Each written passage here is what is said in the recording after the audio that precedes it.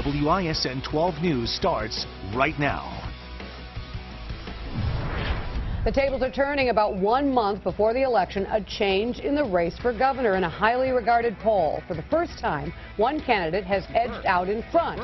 Republican and current governor Scott Walker is leading over Democrat Mary Burke. The Marquette poll shows that among likely voters, Walker has 50.5% of the support. Burke has 44.7%. 12 News political reporter Ken Wainscott joins us now with the significance of this shift.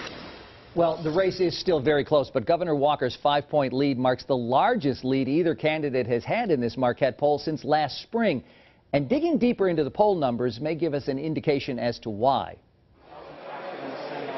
The foundation for Governor Walker's small but growing lead over Mary Burke in the Marquette poll may be found far from Milwaukee. The governor's strength has built in the western and northern parts of the state, an area that Mary Burke was being very competitive in the recent polling. Walker's numbers have rebounded in those regions. And then there's the gender gap. The governor's built a 28-point lead among men compared to Burke's 14-point advantage with women voters. What we see in this most recent data is a real surge in men supporting Walker. The Burke campaign responded to the poll numbers by saying that this race remains too close to call shouldn't come as a surprise to anyone. Over the last 2 weeks, Governor Walker has stepped up the mudslinging and false negative attacks in a desperate attempt to distract from his failed record.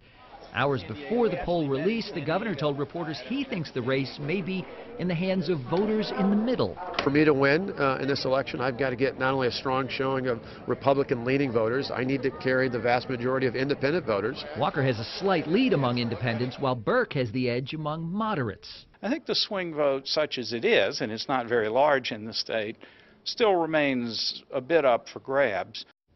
One other thing to note, Franklin says likely voters is the measure that becomes more important as we get closer to Election Day. But among the larger group of registered voters, the race remains a virtual dead heat, with Walker holding just a 1-point lead. All right, thanks, Ken. Now, here to take us inside some of the other numbers in the Marquette Law School poll, of course, 12 News Upfront host Mike Goucher also works on public policy issues at the law school. And first, let's actually talk a little bit about the Attorney General race.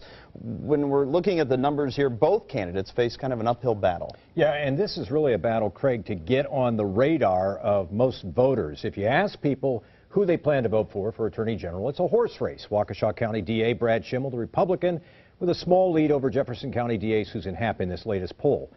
But roughly 8 out of 10 voters say they don't know enough about either candidate to have an opinion of them, favorable or unfavorable for that matter. And talking about being on the radar, voter ID, new on the radar scope, a lot of voters not even maybe understanding everything. Is there confusion in these numbers? Well, I think what we found, Craig, is that there is solid support in Wisconsin for the photo ID requirement. But the poll also shows a fair number of people don't think they'll need a photo ID to vote this November. In fact, 28% of registered voters said they didn't think a photo ID was required to cast a ballot, and another 8% or so, we should say 20%, and then 8% didn't know if a photo ID was needed.